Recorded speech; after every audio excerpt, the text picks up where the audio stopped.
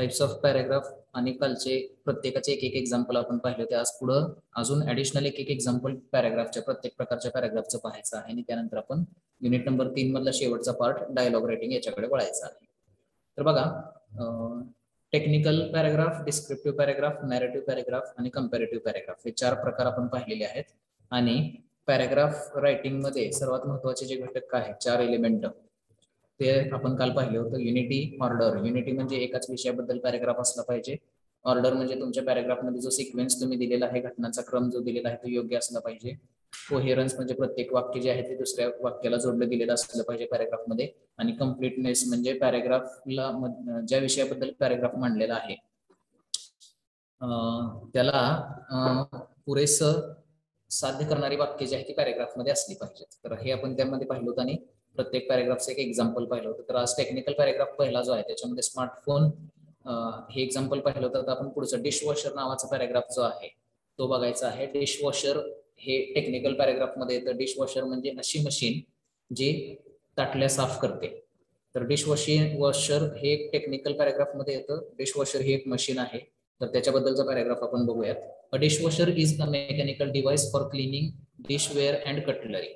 Dishwasher हे एक यंत्र आहे जे प्लेट साफ करण्याचं, डिश साफ करण्याचं किंवा ताटल्या साफ करण्याचं काम करतं. Unlike manual hand washing which relies largely on physical scrubbing to remove soiling and the mechanical dishwasher cleans by spraying hot water typically between 45 and 75 degree centigrade. पारंपरिक पद्धतीने जर ताटल्या साफ केल्या गेल्या तर त्याच्यामध्ये काय करावं लागतं आपल्याला, तर ती ताटली जी आहे ती घासावी लागते जेणेकरून त्याच्यावरची घाण जी आहे ती निघून जाईल. परंतु मेकॅनिकल डिशवॉशर मध्ये काय केलं जातं, तर तो मेकॅनिकल डिशवॉशर काय करतो, गरम पाणी जे 45 ते 75 डिग्री सेंटीग्रेड असतं तर ते गरम पाणी जे आहे ते ताटलीवरती फेकतं ऍट द डिशेस, ताटलीवरती फेकतं, which lowers with lower temperatures used for delicate items. आणि जर ताटल्या अधिकच नाजूक असतील तर त्यात नाजूक ताटल्यांसाठी सुद्धा कमी तापमानाचं पाणी जे आहे ते त्या डिशवरती, त्या ताटल्यांवरती फेकलं जातं. A mix of water and dishwasher detergent is pumped to one or more rotating spray arms. आणि डिश धुण्यासाठी काय केलं जातं, मग पाणी आणि डिश धुण्याची जी पावडर असते, ताटल्या धुण्याची जी पावडर असते, त्यांचं एक मिश्रण असतं. ते मिश्रण सुद्धा काय केलं जातं, ताटल्यांवरती फेकलं जातं. Which blast the dishes with the cleaning mixture. आणि हे जे मिश्रण आहे ते ताटल्यांवरती जोरात फेकलं जातं. Once the wash is finished the water is drained. आणि असं एकदा पहिला जो भाग आहे ताटल्या साफ करण्याचा, म्हणजेच ताटल्या साफ करण्याची पावडर आणि पाणी हे टाकून झाल्यानंतर त्याचं जे राहिलेलं पाणी आहे ते पाणी बाहेर फेकून दिलं जातं. मोर hot water is pumped in and resin cycle begins. आणि मग अजून जास्त गरम पाणी जे आहे ते ताटल्यांवरती टाकलं जातं आणि अशा पद्धतीनं ताटल्यावरची घाण जी आहे ती ओली करून काढली जाते. After the resin cycle finishes the water is drained. आणि अशा प्रकारे पाणी टाकून त्याच्यावरची घाण बाजूला काढून टाकल्यानंतर पाणी जे आहे ते बाहेर फेकून दिलं जातं. The dishes are dried using one of the several drying methods. आणि मग ज्या ओल्या डिश आहेत त्या काय केल्या जातात, तर पारंपरिक पद्धतीने किंवा काही पद्धती आहेत ओल्या डिश सुक्या करण्याच्या, सुकवण्याच्या, त्या पद्धतीने त्या डिश सुकवल्या जातात. Sanitation is achieved by either the use of a booster of heater that will provide 82 degree centigrade final resin temperature or through the use of chemical sanitizer. आणि मग निर्जंतुकीकरण जे केलं जातं त्या डिशचं ते 82 डिग्री सेंटीग्रेड तापमानाला निर्जंतुकीकरण केलं जातं किंवा मग केमिकल सॅनिटायझर त्याच्यावरती टाकून त्या डिश ज्या आहेत त्या निर्जंतुकीकरण केलं जातं. तर अशा पद्धतीनं हा डिशवॉशर जो आहे तो काम करतो. तर हा पॅराग्राफ जो आहे तो डिशवॉशर या डिव्हाइस बद्दल होता, टेक्निकल पॅराग्राफ होता.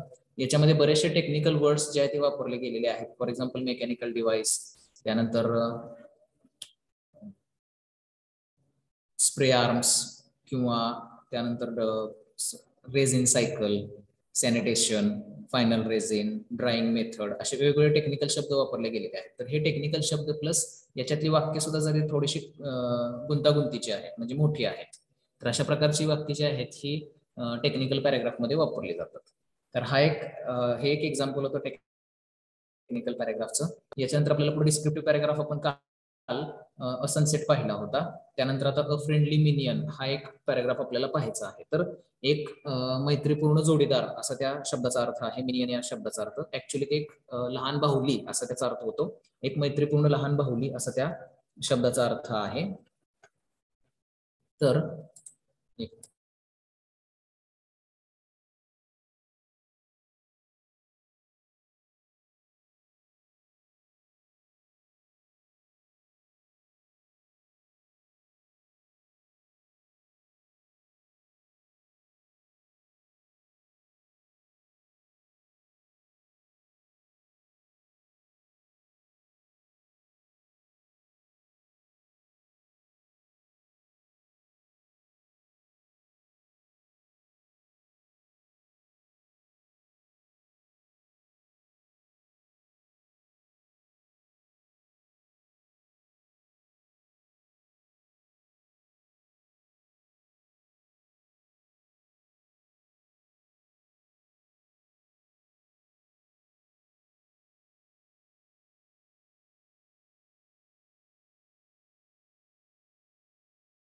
तर हे जे फ्रेंडली मिनियन म्हणजे काय आहे, तर एक बाहुली आहे त्या व्यक्तीकडे आणि ती जी बाहुली आहे त्या बाहुलीचं वर्णन त्या व्यक्तीने केलेलं आहे.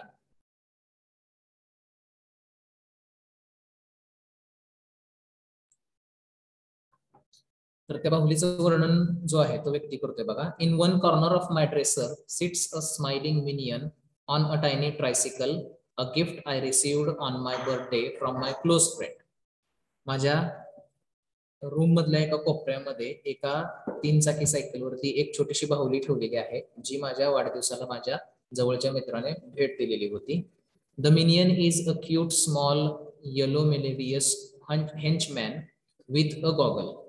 ती जी बाहुली आहे ही छोटीशी आहे, पिवळ्या रंगाची आहे, अतिशय छान दिसते आणि तो एक हेंचमॅन आहे जो ज्याच्या डोळ्यावरती गॉगल घातलेला आहे. It has one I. त्याला एक डोळा आहे. The eye is outlined in black with thin dark lashes flowing from the brows. त्याच्या डोळ्यावरती अतिशय नाजूक अशा बारक्या काळ्या रंगाच्या पापण्या आहेत आणि त्याचे डोळे जे आहेत हे काळ्या रंगानं आउटलाईन केले गेलेले आहेत. Its broad green disappears into the wide white ruffle around its neck. त्याचं जे हसणं आहे ते त्याच्या मानेचा जो आकार आहे त्या मानेच्या आकाराशी मिळतं जुळतं आहे. त्यामुळे त्याचं हसणं जे आहे ते त्याच्यामध्ये विरघळून जातंय किंवा त्याचं हसणं जे आहे ते त्याच्यामध्ये डिसअपियर होतंय, निघून जातंय. The minion wears a fluffy 2-टोन नायलॉन कॉस्ट्युम. ते जी बाहुली आहे ती जी बाहुली आहे ती काय करते, तर नायलॉनचा ड्रेस परिधान केलेला आहे त्या बाहुलीनं आणि त्याला 2 रंग आहेत. The left side of the outfit is light blue. डावी बाजू जी आहे त्या ड्रेसची ती फिक्कट निळ्या रंगाची आहे. And the right side is yellow. आणि उजवी बाजू जी आहे ती पिवळ्या रंगाची आहे. The 2 colours merge in the dark line that runs down the centre of the small outfit. आणि तो जो ड्रेस आहे त्या ड्रेसच्या बरोबर मध्यभागी ते दोन कलर जे आहेत हे येऊन एकमेकांमध्ये मिसळतात. The white spokes on the wheel of the tricycle gather in the centre and expand to the black tyre so that the wheel somewhat resembles the inner half of the grapefruit. आणि त्याची जी cycle आहे त्या सायकलची जी चाकं आहेत त्या चाकाच्या ज्या तारा आहेत त्या तारा जसं द्राक्ष कापल्यानंतर आपल्याला त्या द्राक्षाच्या शिरा सेंटरकडून बाहेर जातात अशा दिसतात, तशा पद्धतीच्या त्या सायकलच्या तारा आहेत. The minion and the unicycle together stand out a foot high. ती जी बाहुली आहे आणि त्याची जी सायकल आहे ह्या दोघांचं मिळून जी उंची आहे ती 1 फूटभर होते. As a cherished gift from my friend, a good friend, this colorful figure greets me with a smile every time I enter my room. आणि हे एक अतिशय चांगलं गिफ्ट जे मला मित्रांनी दिलेलं आहे. ज्याच्या वेळी मी त्या रूम मध्ये जातो त्यावेळी ते माझं हसून स्वागत करतो.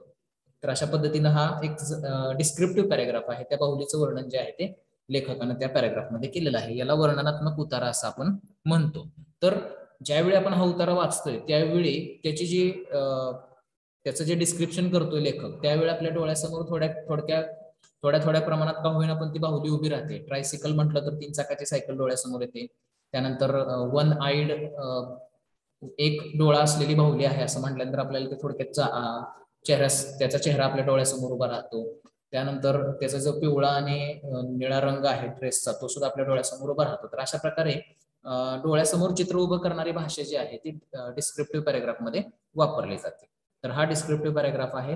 नंतर पुढे आहे नॅरेटिव्ह पॅराग्राफ. नॅरेटिव्ह पॅराग्राफ मध्ये आपण पाहिलं होतं अन ऍक्सिडेंट हा पॅराग्राफ. त्याच्या अगोदर आता आपल्याला दुसरा पॅराग्राफ एक पाहायचा आहे, ज्याचं नाव आहे माय फेवरेट फॅमिली एक्सपिरियन्स. माझा अतिशय आवडता कौटुंबिक अनुभव. तर तो पॅराग्राफ जो आहे तो नॅरेटिव्ह पॅराग्राफ आहे, म्हणजे कथा एक सांगितल्यासारखा तो पॅराग्राफ आहे. तर तो पॅराग्राफ आपण ऐकूयात किंवा वाचूयात. One of my favourite family experiences was when I went to see Anne Frank's hideout in Amsterdam, Holland, a Jewish victim of Nazi persecution during the World War II.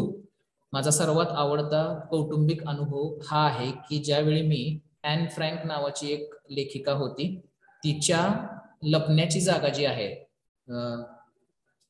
दुसऱ्या महायुद्धामध्ये लपण्याची जागा जी तिनं निवडलेली होती, त्या जागेला ज्यावेळी मी भेट दिलेली आहे, तर तो माझा सर्वात आवडता कौटुंबिक अनुभव आहे असं तो लेखक म्हणतो. ॲम्स्टरडॅम हॉलंड इथं तो गेलेला आहे.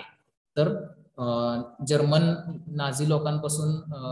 लोकांपासून वाचण्यासाठी ॲन फ्रँक ही ॲम्स्टरडॅम मधल्या एका घरामध्ये हॉलंडमध्ये थांबलेली होती. तर त्या घराला मी जी व्हिजिट दिलेली आहे, त्या घराला जी मी भेट दिलेली आहे, तर तो अनुभव माझा सर्वात आवडता कौटुंबिक अनुभव आहे असं लेखक म्हणतो.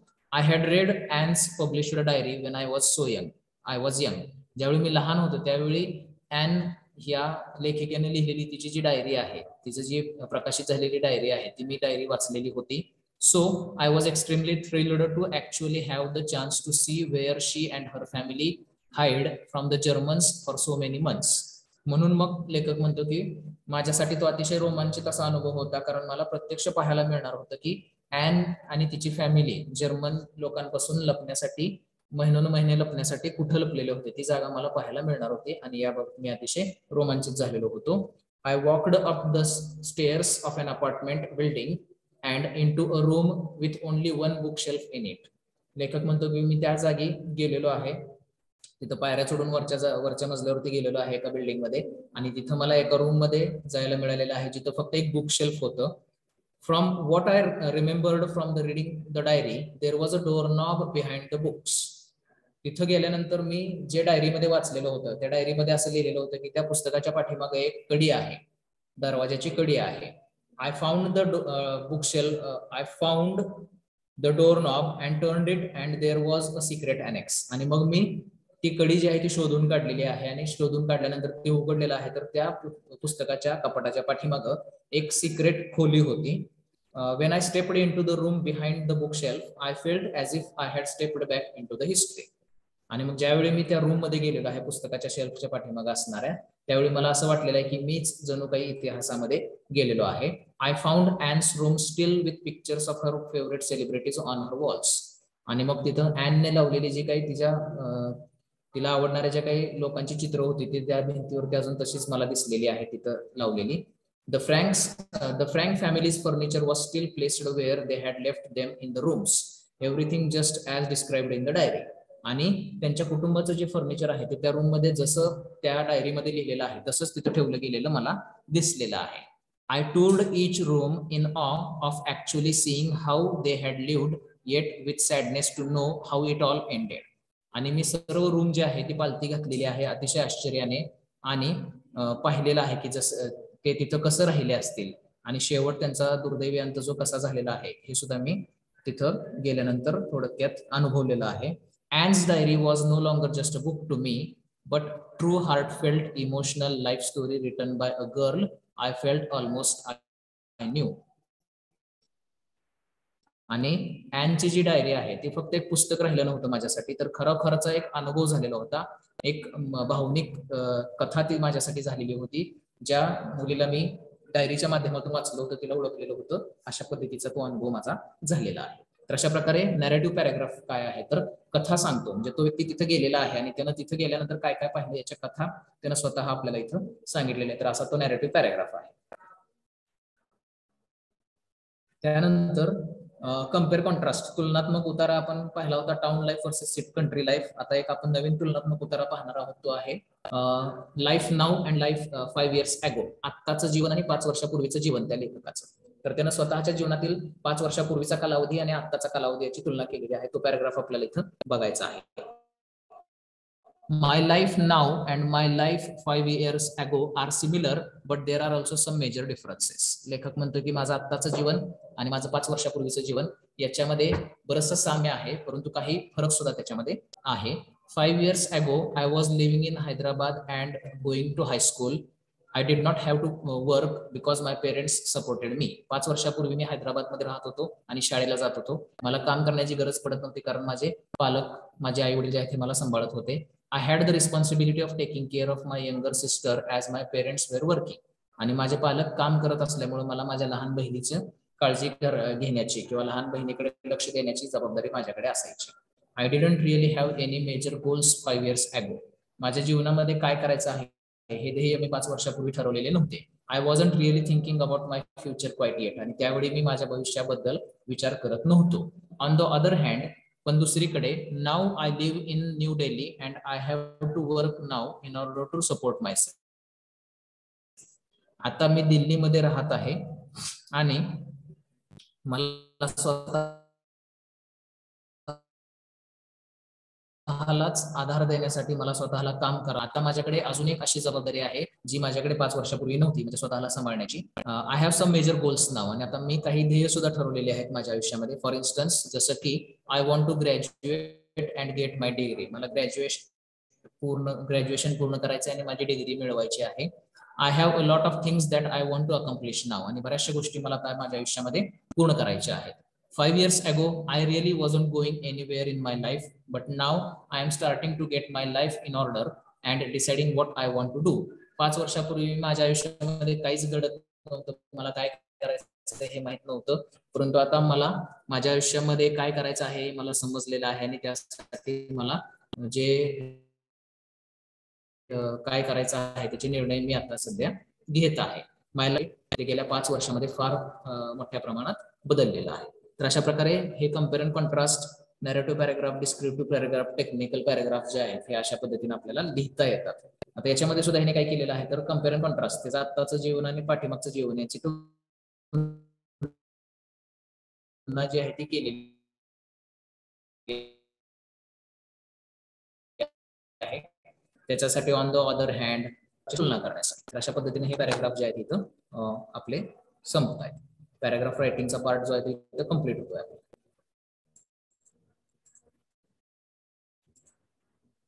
लक्षात आलं का पॅराग्राफ रायटिंग सगळ्यांना?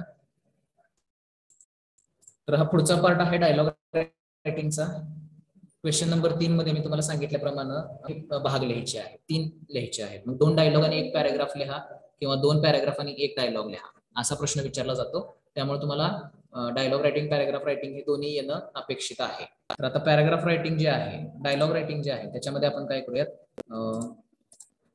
थोडक्यात त्याचे थिअरी नोट्स जे आहेत हे आपण इथं बघूयात. बघा डायलॉग म्हणजे काय आहे हे बघूया, मग आपण पुढे डायलॉग रायटिंगच्या स्टेप्स वगैरे आपण ते बघूयात. तर डायलॉग रायटिंग काय बघा, if you want to write a story, dialogues are very important part of the story. जर तुम्हाला एखादी कथा लिहायची असेल तर कथेमध्ये जसे डायलॉग असतात तसेच कथेचे अतिशय महत्त्वाचे भाग जे आहेत हे डायलॉग आहेत. Writing a dialogue requires a set of rules to follow because bad dialogue can change the dialogue's meaning as well. Dialogue लिहिण्यासाठी काही नियम पाळावे लागतात, कारण का जर डायलॉग लिहिताना जर नियम नाही पाळले तर चुकीचे डायलॉग घडतात आणि डायलॉग मधून चुकीचा अर्थ जो आहे तो प्रेक्षकांपर्यंत किंवा ऐकणाऱ्यापर्यंत पोहोचवला जाऊ शकतो. Dialogue writing is a very important part in English writing. Dialogue writing हा इंग्रजी भाषेतला लिहिण्यामधला अतिशय महत्वाचा भाग आहे. Dialogue is basically a conversation between 2 or more people. 2 किंवा त्यापेक्षा अधिक लोकांमध्ये घडून येणारं संभाषण जे आहे त्याला डायलॉग असं म्हटलं जातं. Points to remember while writing dialogues. Dialogue लिहित असताना कोणते पॉइंट्स लक्षात ठेवायचे बघा. The students need to read the proceeding in the and the following dialogues. जे डायलॉग्स लिहिणार आहोत त्याच्या अगोदर आपल्याला कोणत्या सिच्युएशनवरती डायलॉग लिहायचा आहे त्याच्याबद्दल थोडासा विचार करावा लागणार आहे, त्याच्याबद्दल थोडंसं वाचावं लागणार आहे. They must understand the topic well and make points. त्यानंतर कोणत्या विषयावरती डायलॉग लिहायचे आहेत तो टॉपिक समजून घ्यायचा आहे चांगल्या पद्धतीने आणि मग त्याच्यावरती मुद्दे बनवायचे आहेत. The tenses should be accurate according to the dialogue. डायलॉगला योग्य असे टेन्सेस तिथं वापरणं अतिशय गरजेचं आहे. डायलॉगची जी सिच्युएशन आहे त्या सिच्युएशननुसार वाक्याचा काळ जो आहे तो वापरणं अतिशय गरजेचं आहे. It should seem a natural conversation. Dialogue हा कसा असला पाहिजे तर नैसर्गिक वाटला पाहिजे, ओढून ताणून कोणतरी बोलतंय असं वाटलं नाही पाहिजे. त्यासाठी डायलॉग रायटिंग मध्ये पंक्च्युएशन मार्क्स जे आहेत, प्रश्नचिन्ह, स्वल्पविराम, पूर्णविराम, या सगळ्या गोष्टी योग्य पद्धतीने वापरल्या गेल्या पाहिजेत. आणि the words used should not be vague and should convey the message. आणि जे डायलॉग मध्ये शब्द वापरलेले आहेत ते गोंधळून टाकणारे शब्द नसले पाहिजे, स्पष्ट शब्द असले पाहिजे जेणेकरून डायलॉगचा अर्थ लगेचच समजेल.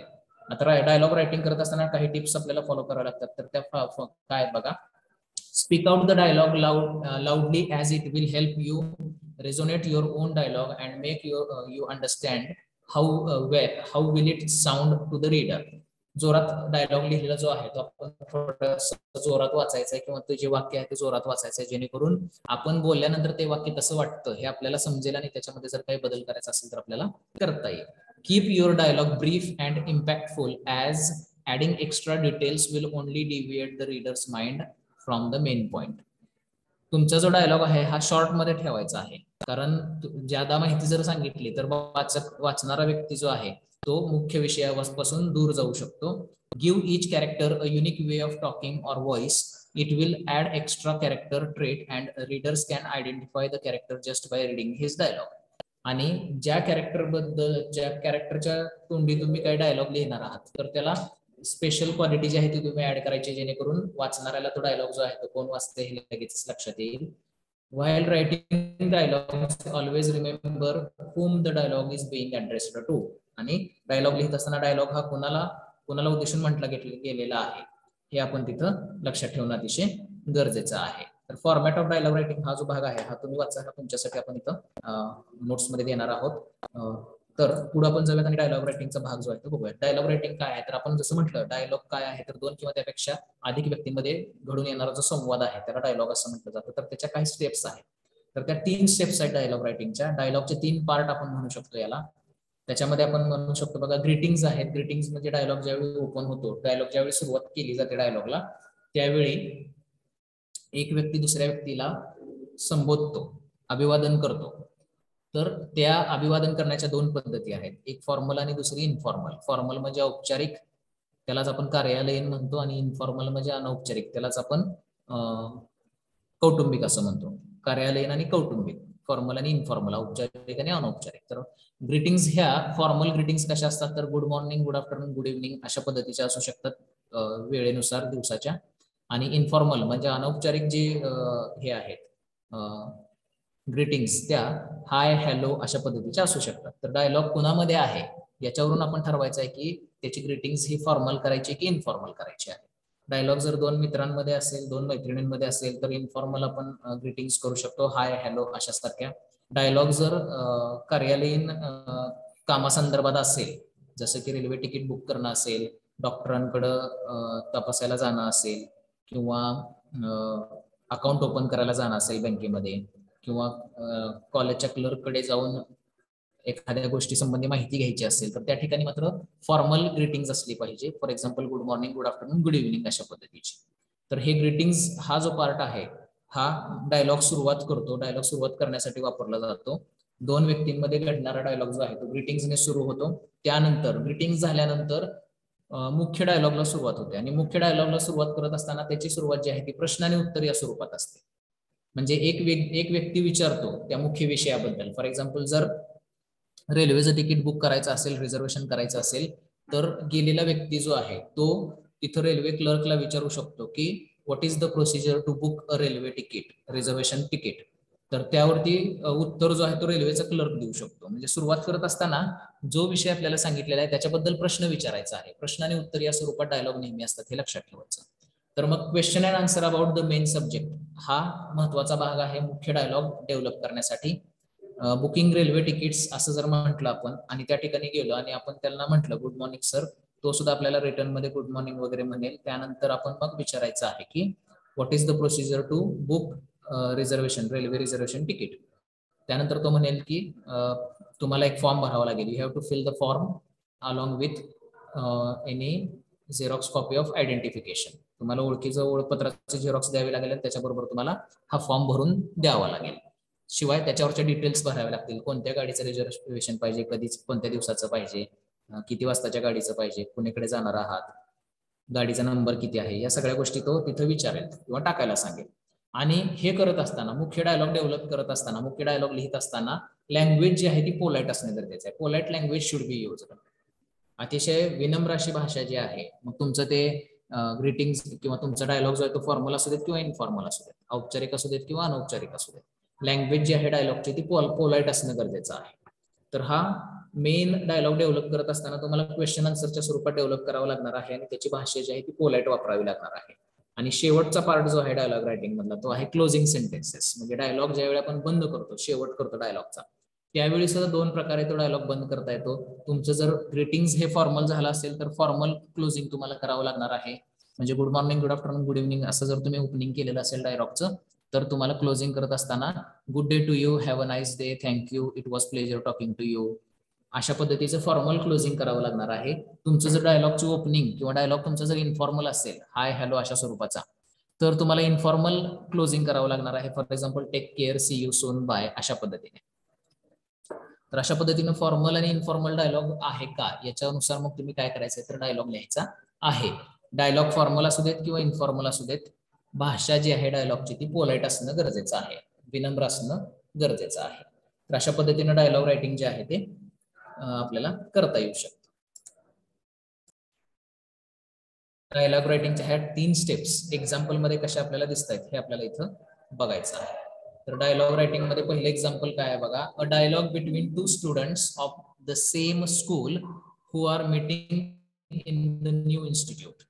एकाच शाळेतील 2 विद्यार्थ्यांची नवीन कॉलेजमध्ये भेट झालेली आहे. तर अशा प्रकारचा एक डायलॉग इथं लिहायला सांगितलेला आहे. तर अमित आणि राजीव नावाचे 2 विद्यार्थी आहेत. तर अमित राजीवला विचारतो, excuse me, have I seen you somewhere. मला माफ करा पण मी तुम्हाला कुठं बघितलेलं आहे का, असं तो विचारतो. राजीव म्हणतो, oh yes, I think we are from the same school, Rosary school, right. तो म्हणतो की बरोबर आहे, मला वाटतं की आपण एकाच शाळेत शिकत होतो, रोजरी स्कूल शाळेचं नाव होतं, बरोबर आहे का, असं विचारतो. तर अमित म्हणतो, yes, now I remember that you were my junior by 2 years. आता माझ्या लक्षात आलं, तू माझ्यापेक्षा 2 वर्षांनी शाळेमध्ये छोटा होतास. Have you taken admission here in this institute, असं तो विचारतो परत. तू याच इन्स्टिट्यूट मध्ये ऍडमिशन घेतलेलं आहे का. राजीव म्हणतो, yes, in the first year computer. Rajeev म्हणतो की होय, मी फर्स्ट इयर कम्प्युटर मध्ये ऍडमिशन घेतलेलं आहे. तो परत पुढे विचारतो, what about you, are you also here. तुझं कसं काय, तू पण इथंच आहेस का. तर अमित त्याला म्हणतो, yes, I am a final year student of computer engineering in this institute. Good day to, glad to have you here. होय, मी सुद्धा कम्प्युटर इंजिनिअरिंगच्या शेवटच्या वर्षाला इथे या कॉलेजमध्ये शिकत आहे आणि तुला इथं बघून आनंद झाला. राजू म्हणतो, it is good to know that you are here, I was feeling very nervous and tense. बरं झालं तू इथं भेटलास, कारण मला फार टेन्शन आलेलं होतं किंवा मी फार नर्वस झालेलो होतो, असं राजीव म्हणतो. अमित म्हणतो, do not worry at all, I will help you, please let me know if you have any problem. काही सुद्धा काळजी करू नको, असं अमित म्हणतो, मी तुला मदत करेन, जर तुला कशाची गरज पडली तर मला तू सांगू शकतोस. राजीव म्हणतो, शुअर आय विल, होय मी सांगेन, आणि बाय असा तो रिप्लाय देतो, शेवट क्लोजिंग करतो. अमित सुद्धा म्हणतो की बाय, टेक केअर. तर अशा पद्धतीनं हा एक अनौपचारिक आहे, औपचारिक नाही, कोणत्याही औपचारिक गोष्टीसाठी इथं भेटलेले नाही. तर अनौपचारिक हा डायलॉग आहे. सुरुवात जी आहे ती हाय हॅलो अशी जरी केलेली नसली तरी सुद्धा त्या व्यक्तीला पहिल्यांदा बोलत असताना कसं बोलायचं म्हणून एक्सक्यूज मी यानं सुरुवात केली गेलेली आहे. आणि नंतर बघा पुढं, तर have I seen you somewhere असं म्हटलेलं आहे. म्हणजे प्रश्न आणि उत्तर या स्वरूपात डायलॉग जो आहे तो डेव्हलप केला गेलेला आहे. तर अशा पद्धतीने आपल्याला डायलॉग जो आहे तो डेव्हलप करता येतो. नेक्स्ट डायलॉग आपण बघूयात आता, तो सुद्धा आहे. आता हा झाला एक इन्फॉर्मल डायलॉग, अनौपचारिक आहे हा. 2 विद्यार्थी एका शाळेत भेटतायत आणि अनौपचारिक भेट आहे ही. आता एक पुढचा डायलॉग जो आहे तो औपचारिक आहे. A dialogue between visitor and a student where the visitor inquires about the office. एक शाळेमध्ये, कॉलेजमध्ये भेट द्यायला आलेला व्यक्ती आहे आणि एक त्या शाळेत कॉलेजचा विद्यार्थी आहे आणि तो व्यक्ती त्या विद्यार्थ्याला विचारतोय की ऑफिस कुठे आहे किंवा ऑफिस बद्दल विचारणा करतो. तर व्हिजिटर त्याला बोलवतो किंवा म्हणतो की excuse me, may I know where the institute office is. मला माफ करा पण तुम्ही सांगू शकाल का की कॉलेजचं ऑफिस कुठे आहे. राहुल हा विद्यार्थी आहे, तो म्हणतो, certainly, it is on the ground floor of this building, take a left turn from the porch and the first room to your left is the administrative office. तो म्हणतो की नक्कीच मी तुम्हाला सांगेन, याच बिल्डिंगच्या तळमजल्यावरती कॉलेजचं ऑफिस आहे. तुम्ही पोर्च मधून डावीकडे वळालात की डावीकडची पहिली रूम जी आहे ती कॉलेजचं ऑफिस आहे. व्हिजिटर म्हणतो I want to meet the cashier, when does the office open, मला कॅशियरला भेटायचं आहे, ऑफिस कधी उघडतं, what are the office timing, आणि ऑफिसच्या वेळा काय आहेत. राहुल म्हणतो की the office timing are from 10:30 AM to 5:30 PM, you can meet the cashier mister Pandit by 10:30 AM. ऑफिसचं टायमिंग जे आहे ते 10:30 ते 5:30 आहे आणि तुम्ही मिस्टर पंडित हे जे ऑफिसचे कॅशियर आहेत त्यांना 10:30 वाजता भेटू शकता. मग व्हिजिटर त्याला फॉर्मली त्याची रजा घेतो किंवा त्याच्यापासून निघण्यासाठी जातो आणि जाताना म्हणतो थँक्यू फॉर द इन्फॉर्मेशन, माहिती दिल्याबद्दल धन्यवाद. राहुल सुद्धा त्याला रिप्लाय देतो इट्स माय प्लेजर, म्हणजे मला तुम्हाला माहिती देऊन आनंद झाला. तर अशा पद्धतीनं फॉर्मल डायलॉग आहे हा. आणि ओपनिंग जरी फॉर्मल झालेली नसली तरी सुद्धा क्लोजिंग जी आहे ती फॉर्मल आहे, थँक्यू फॉर द इन्फॉर्मेशन वगैरे अशा पद्धतीने. अशा पद्धतीने हा डायलॉग होऊ शकतो. अजून एक फॉर्मल डायलॉग आपण बघूयात. A dialogue between a parent and a student where the parent inquires about the timings of the institute. एक पालक आणि एक विद्यार्थी आहे, त्यांच्यामधला हा डायलॉग आहे आणि पालक त्या विद्यार्थ्याला विचारतो की त्याच्या कॉलेजचं टायमिंग काय आहे, याच्याबद्दलचा हा डायलॉग आहे. पेरेंट विचारतात excuse me, may I know the timing of the institute, तुझ्या कॉलेजचं टायमिंग मला समजेल का. स्टुडंट म्हणतो oh yes, it is from 10:30 AM to 6 PM, but sometimes we have to come early at 8:30 or 9:30 AM for our extra lectures. मी सांगतो म्हणतो तुम्हाला timing, ते 10:30 ते 6 या वेळेत असतं, परंतु काही वेळा आम्हाला 8:30 किंवा 9:30 वाजता ज्यादा तासासाठी यावं लागतं. पेरेंट मग पुढे विचारतात is Saturday a working day for you, शनिवारी कॉलेज चालू असतं का, शनिवारचं कॉलेज चालू असतं का असं विचारतो. तर तो विद्यार्थी म्हणतो we have only 2 working Saturdays, आमचं कॉलेज आहे ते फक्त 2 शनिवारी चालू राहतं. We have holidays on the 2nd and 4th Saturday, आम्हाला 2ऱ्या आणि 4थ्या शनिवारी सुट्टी असते. Sometimes we work on the 1st, 3rd and 5th Saturday also, आणि काही वेळा आम्हाला काय करावं लागतं तर 1ला, 3रा आणि 5व्या शनिवारी सुद्धा आम्हाला कॉलेज असतं, ते आम्हाला त्या ठिकाणी यावं लागतं. पेरेंट पुढे विचारतात do you have a half day college on working Saturday, ज्या शनिवारी तुमचं कॉलेज असतं त्यावेळी अर्धा दिवस कॉलेज असतं की पूर्ण दिवस असतं असं विचारतो. त्यावरती स्टुडंट म्हणतो no, we have the usual 10:30 AM to 6 PM schedule, आम्हाला नेहमीप्रमाणे 10:30 ते 6 या वेळेतच शनिवारी, ज्या शनिवारी आमचं कॉलेज असतं त्यावेळी यावं लागतं. तर पालक त्याला मग धन्यवाद देतात माहिती दिल्याबद्दल, thank you so much for the information, माहिती दिल्याबद्दल धन्यवाद. स्टुडंट म्हणतो इट इज माय प्लेजर. तर अशा पद्धतीने हा फॉर्मल डायलॉग आहे पालक आणि विद्यार्थ्यांमधला, आणि हे वेगळ्या विषयावरचा होता. नेक्स्ट डायलॉग जो आहे तो आहे बघा, dialogue between 2 friends regarding the schedule of final exam. आता हा अनौपचारिक आहे कारण 2 मित्रांमधला हा डायलॉग आहे आणि परीक्षेच्या वेळापत्रकाबद्दल 2 मित्र जे आहेत ते काय करतात, चर्चा करतायत. रोहित आणि रिया नावाचे मित्र आहेत, तर ते काय करतायत, चर्चा करतायत. रोहित हाय रिया, आता हे ओपनिंग जे आहे ते बघा इनफॉर्मल आहे, अनौपचारिक आहे, हाय हॅलो अशा पद्धतीचे आहे. हाय रिया, रिया रिप्लाय देते हाय रोहित. रोहित विचारतो do you know when our final exam is, तो विचारतो की तुला माहिती आहे का आपली शेवटची परीक्षा केव्हा आहे. रिया म्हणते the exact date is not declared but I think the final exam will be in the first week of December. बरोबर तारीख जी आहे नक्की मला माहिती नाहीये, परंतु मला असं वाटतंय की डिसेंबरच्या पहिल्या आठवड्यामध्ये आपली फायनल एक्झाम होईल. Rohit Wien does our term end, आपली जी टर्म आहे ती केव्हा संपते. त्यावरती रिया म्हणते the first term ends on the 30th November, the term schedule is displayed on the notice board. 30 नोव्हेंबरला आपली पहिली टर्म संपते आहे आणि टर्मचं शेड्यूल, टर्मचं वेळापत्रक जे आहे ते नोटीस बोर्डवरती लावलेलं आहे. रोहित म्हणतो yes I know, I want to plan my vacation, मला माहिती आहे आणि मला माझ्या सुट्ट्यांचं प्लॅनिंग करायचं आहे. Do you think we will be free by the 15th of December, तुला असं वाटतंय का की 15 डिसेंबर पर्यंत आपल्या परीक्षा संपतील आणि आपण मोकळे होऊ. त्यावरती रिया म्हणते आय डोंट थिंक सो, मला असं वाटत नाही, but I feel it is better to ask the exam incharge and find out, परंतु आपण सरळ एक्झाम इन्चार्ज जे आहेत त्यांना विचारलेलं बरं पडेल आणि आपण माहित करून घेऊया त्यांच्याकडून. रोहित म्हणतो certainly I will find out by, ठीक आहे म्हणतो मी माहिती करून घेईन आणि निरोप घेतो तो बाय असं म्हणून, आणि रिया सुद्धा त्याला बाय असा रिप्लाय देते निरोप देण्यासाठी. तर हा एक इन्फॉर्मल डायलॉग आहे. हाय अशा ह्याने सुरुवात झालेली आहे आणि बाय शेवट जे इन्फॉर्मल क्लोजिंग आहे ते केलेलं आहे. आणि मधले जे भाग आहे तो बघा नेहमी मुख्य विषयाबद्दल प्रश्न उत्तर अशा स्वरूपाचा आहे. तुम्ही हे आधीचे 2-3 डायलॉग पाहिलेत त्याच्यामध्ये सुद्धा प्रश्न उत्तर असं आहे. आणि इथं सुद्धा प्रश्न उत्तर असं आहे. तर डायलॉग लिहित असताना नेहमी काय करायचं आहे, मुख्य विषयाबद्दल प्रश्न एकाने विचारायचा, दुसऱ्याने त्याचं उत्तर द्यायचं. प्रश्न दुसऱ्याने विचारायचा, त्याचं उत्तर पहिल्याने द्यायचं. अशा पद्धतीचा डायलॉग जो आहे तो लिहिला जातो. तर ते तुम्हाला तिथं जमलं पाहिजे करायला. पुढचा जो डायलॉग आहे तो 2 विद्यार्थ्यांमधलाच आहे. हा सुद्धा इन्फॉर्मल आहे, अनौपचारिक स्वरूपाचाच आहे. A dialogue between final year students about campus interviews. तर कॅम्पस इंटरव्ह्यू बद्दलचा 2 विद्यार्थ्यांमधला झालेला हा डायलॉग आहे. शॉर्ट मध्ये आहे हा सुद्धा. राहुल आणि रिया आहेत. हाय रिया, हाय राहुल, अशा पद्धतीने एकमेकांमध्ये ग्रीटिंग्स होतात.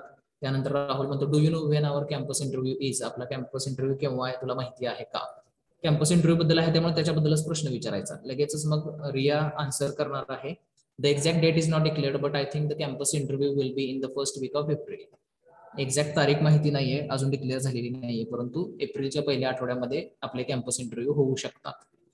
राहुल म्हणतो, are you going to apply for the interview. तू इंटरव्ह्यूला अप्लाय करणार आहेस का.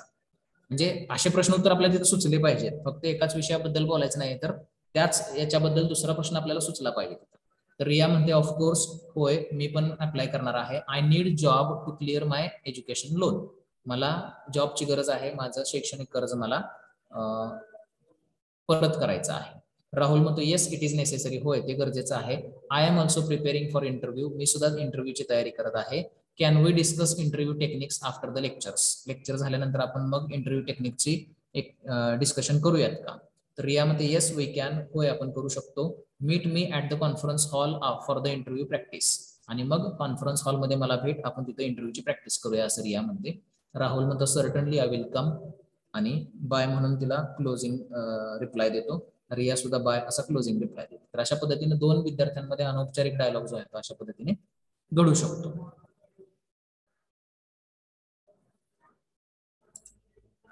कसं तयार करायचं आपण टाइप्स ऑफ सेंटेन्सेस मध्ये तुम्हाला क्वेश्चन घेतलेला आहे. तुम्हाला ऍक्टिव्ह वॉइस कसा वापरायचा, पॅसिव्ह वॉइस कसा वापरायचा, डायरेक्ट स्पीच कसं वापरायचं, इनडायरेक्ट स्पीच कसं वापरायचं हे सांगितलेलं आहे. तेच तुम्हाला काय करायचं आहे, जे ग्रामर तुम्ही शिकलाय, ग्रामर मध्ये कोणता भाग कुठं वापरायचा जे शिकलाय ते तुम्हाला इथे अप्लाय करायचं ऍक्च्युली. त्यामुळे तुम्हाला ते बेसिक आधी झालेलं आहे सगळं. त्या बेसिकचा वापर तुम्हाला इथे dialogue writing, paragraph writing, speech writing मध्ये करायचा आहे. स्पीच रायटिंग हा पुढच्या युनिटचा भाग आहे, युनिट नंबर 5 चा.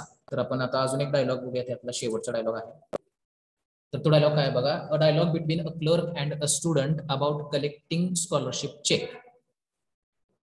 एक डायलॉग आहे क्लर्क आणि स्टुडंट मधला, आणि त्याच्यामध्ये काय सांगितलं गेलेलं आहे, तर स्कॉलरशिपच्या चेक बद्दलचा डायलॉग आहे. म्हणजे विद्यार्थी क्लर्कला विचारतो त्याच्या स्कॉलरशिप बद्दल, स्कॉलरशिपच्या चेक बद्दल. तर तो डायलॉग आहे. हा डायलॉग असताना औपचारिक असणार आहे, कार्यालयीन असणार आहे. May I know when I get my scholarship cheque. मला कळू शकेल का माझा स्कॉलरशिपचा चेक केव्हा मिळेल मला. तर क्लर्क म्हणतात, what is your name and which class do you study in. तुझं नाव काय आहे आणि तू कोणत्या क्लासमध्ये शिकतोयस. कारण हे जे चेक आलाय की नाही हे बघण्यासाठी त्याला पण काहीतरी माहिती गरजेची असणार आहे. मग त्यासाठी तो प्रश्न विचारणार आहे, त्याला उत्तर तो विद्यार्थी देणार आहे. विद्यार्थी काही प्रश्न विचारणार आहे, त्याला उत्तर क्लर्क देणार आहे. अशा पद्धतीने हा डायलॉग जो आहे तो लिहिता येतो. म्हणजे एक व्यक्ती प्रश्न विचारतो, दुसरा उत्तर देतो, दुसरा परत प्रश्न विचारतो, पहिला परत उत्तर देतो. अशामध्ये मुख्य विषय जो आहे तो डायलॉग मध्ये डिस्कस केला जातो. तर राहुल जो आहे तो म्हणतो की my name is Rahul S Shinde and I am studying 3rd year electronics and telecommunication engineering division A. माझं नाव राहुल एस शिंदे आहे. मी इलेक्ट्रॉनिक्स अँड टेलिकम्युनिकेशन इंजिनिअरिंगच्या 3ऱ्या वर्षामध्ये शिकत असून माझी तुकडी जी आहे ती ए आहे. क्लर्क विचारतो, let me check if your scholarship has been credited or not. मला तपासू देत तुझी जी स्कॉलरशिप आलेली जी आहे ती तुझ्या खात्यावरती जमा झालेली आहे की नाही. राहुल म्हणतो, ओके सर, ठीक आहे सर. क्लर्क चेक करतो आणि मग सांगतो, Rahul your scholarship amount has been credited. तुझी स्कॉलरशिपची जी रक्कम आहे ती तुझ्या खात्यावरती टाकण्यात आलेली आहे. Your cheque will be ready by tomorrow till 1 PM. तुझा जो चेक आहे तो दुपारी उद्या 1 वाजेपर्यंत तयार होईल. You can come after lunch tomorrow. तू जेवण झाल्यानंतर दुपारी उद्या येऊ शकतोस. राहुल म्हणतो, okay sir, thank you very much. ठीक आहे, धन्यवाद. आणि क्लर्क म्हणतो, यू आर मोस्ट वेलकम. अशा पद्धतीने हे डायलॉग जे आहे ते आपल्याला बिगिन सुरू करता येतात ग्रीटिंग्सच्या स्वरूपातून. मेन डायलॉग डेव्हलप करत असताना प्रश्न उत्तर या स्वरूपात आपल्याला डेव्हलप करता येतो डायलॉग. जो विषय आपल्याला डायलॉग मध्ये डिस्कस करायचा आहे त्याच्याबद्दलचेच प्रश्न उत्तर जे आहेत हे आपल्याला करायचे आहेत आणि त्यानंतर क्लोजिंग सुद्धा जे आहे डायलॉग तुमचा कशा स्वरूपाचा आहे, म्हणजे फॉर्मल आहे की इनफॉर्मल आहे, त्याच्यानुसार तुम्हाला त्याचं क्लोजिंग जे आहे ते द्यायचं आहे. तर हे 7 ते 8 डायलॉग आहेत. आता याच्या व्यतिरिक्त तुम्हाला जे काही वर्कबुक आपण दिलेलं आहे, जे वर्कबुक तुम्हाला इथं दिलेलं आहे, या वर्कबुक मध्ये सुद्धा तुम्हाला इथं पॅराग्राफचे एक्झाम्पल्स आहेत रायटिंगचे. हे पॅराग्राफ रायटिंगचे एक्झाम्पल्स तुम्हाला सोडवायचे आहेत. 75 शब्दांमध्ये पॅराग्राफ लिहा असं म्हटलेलं आहे. आता यातले काही पॅराग्राफ जे आहेत हे नॅरेटिव्ह असतील, काही डिस्क्रिप्टिव्ह असतील, काही टेक्निकल असतील, काही कम्पेअर कॉन्ट्रास्ट असतील. तर हे पॅराग्राफ तुम्ही हे सगळे जे पॅराग्राफ आहेत गुगलवरती सर्च करून तुम्ही काढू शकता. तुम्हाला वाचण्यासाठी ते तुम्हाला सोपे पडतील. अ पॅराग्राफ ऑन मायक्रोवेव्ह असं टाका किंवा a paragraph on laptop, a paragraph on my favourite restaurant असं टाकून तुम्ही ते पॅराग्राफ जे आहे ते सर्च करून काढू शकता आणि ते वाचू शकता तुमच्या ह्याच्यासाठी. कारण यापैकी काही पॅराग्राफचे विषय तुम्हाला परीक्षेत विचारले. डायलॉग कसा लिहायचा काय आणि त्याचे एक्झाम्पल्स दिलेले आहेत. शिवाय डायलॉग रायटिंगच्या शेवटी तुम्हाला इथं काय केलेलं आहे, काही इनकम्प्लीट डायलॉग दिलेले आहेत एक्सरसाइज मध्ये. पेज नंबर तुमचं जे आहे ते 57 आहे वर्कबुकचं. याच्यामध्ये तुम्हाला एक एक 2 2 ओळी इनकम्प्लीट दिलेल्या आहे डायलॉगच्या. तर तो पूर्ण डायलॉग वाचा आणि त्याच्यानंतर मग त्या ओळीमध्ये काय तो व्यक्ती म्हणतो किंवा म्हणू शकेल हे थोडंसं इमॅजिन करायचं आणि तो डायलॉग पूर्ण करायचा. तर असे डायलॉग आहेत जिथं ब्लँक लाईन्स दिलेले आहेत तुम्हाला सोडवण्यासाठी, ते देऊ शकताय. शिवाय शेवटी तुम्हाला काही विषय दिलेले आहेत डायलॉगचे. तर त्याच डायलॉगच्या विषयामधले काही विषय आपण तिकडे घेतलेले होते, एक्झाम्पल मध्ये मी तुम्हाला दिलेले आहेत. राहिलेले जे विषय आहेत ते तुम्हाला काय करायचे आहेत, तर तिथं डिस्कस करायचे आहेत किंवा ते डायलॉग जे आहेत ते तुम्हाला लिहायचे आहेत.